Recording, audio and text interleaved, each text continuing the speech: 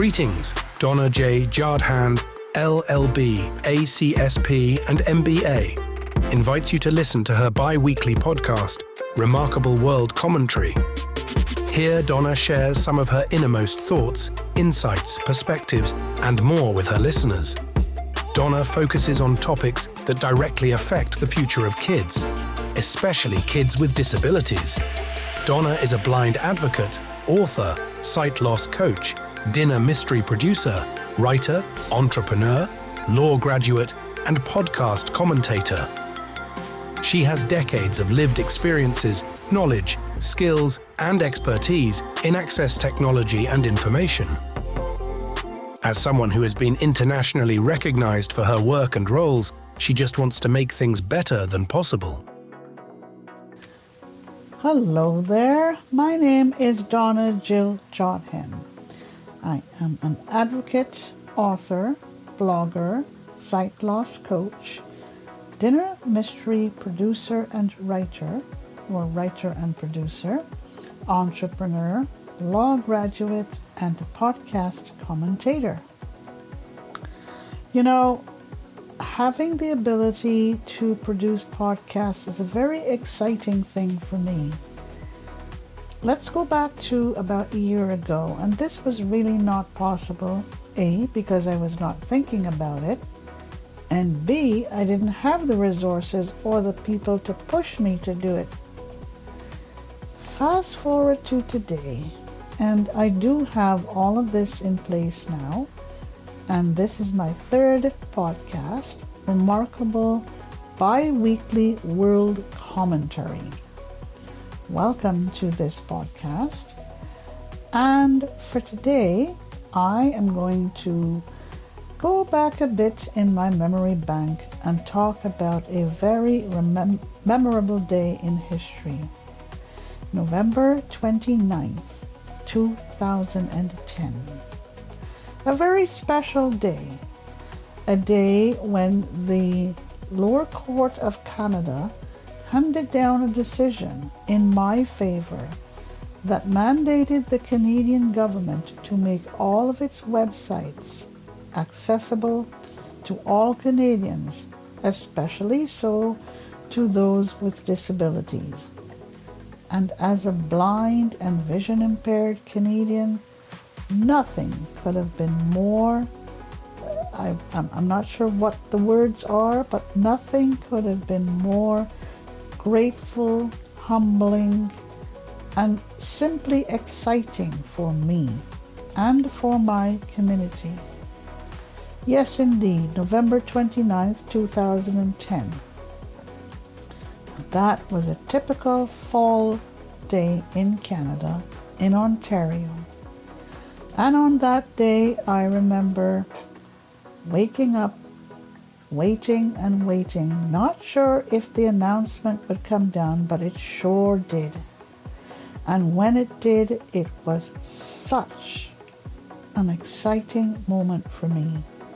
First to get the news from David Baker, my lawyer, then from Kathy Powell of the CNIB, then from Melanie, my friend, and Richard Kwan, the late Richard Kwan, who tweeted, "A landmark victory for all Canadians."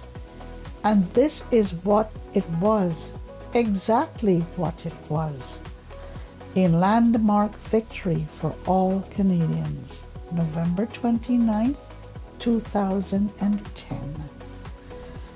Well, it didn't stop there, because then I had to get ready in a hurry, and after a lovely breakfast provided to me by my mom, I speeded down the highway with Jerry and up to my lawyer's office to be ready for press conferences to answer all kinds of questions from across the country. I had never done this in my life before. I had never expected this.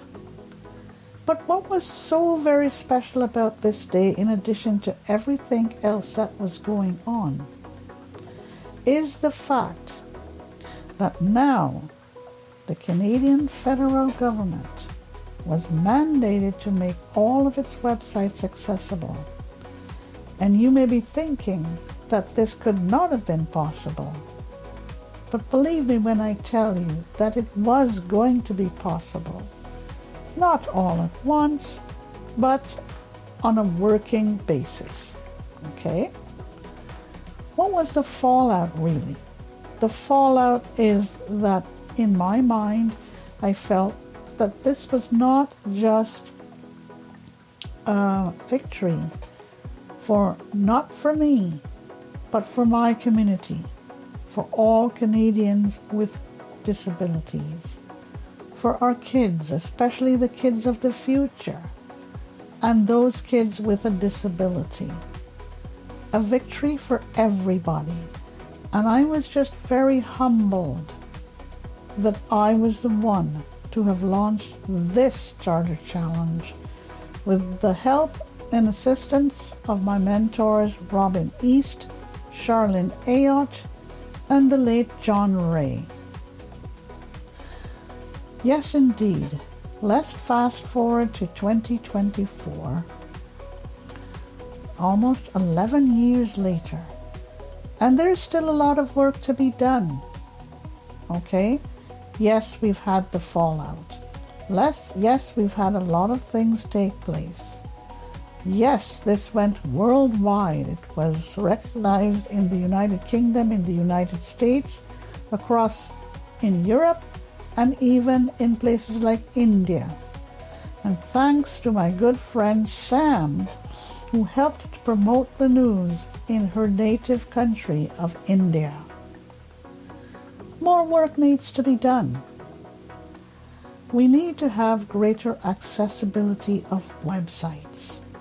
Not just lip service, but real service. Not just a duty to accommodate, but it must be done in order to protect, recognize, and ensure that the rights of all Canadians with disabilities are adhered to, and nothing will stop this. What we have to do is to keep speaking up and speaking out. This is definitely going to affect such things as online banking, online shopping, online complaints systems, travel websites.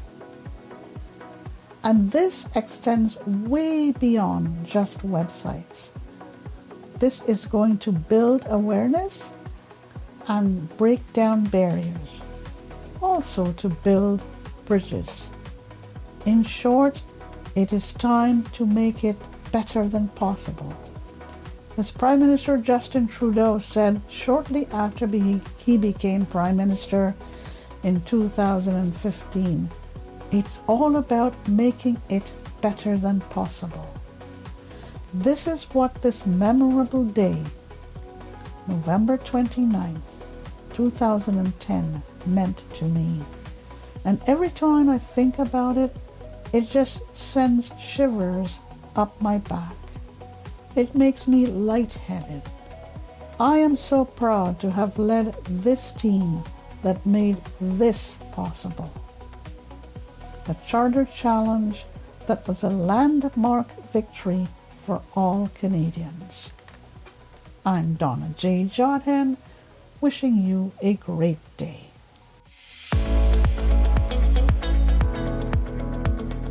Donna wants to hear from you and invites you to write to her at donnajardhand@gmail.com. Until next time.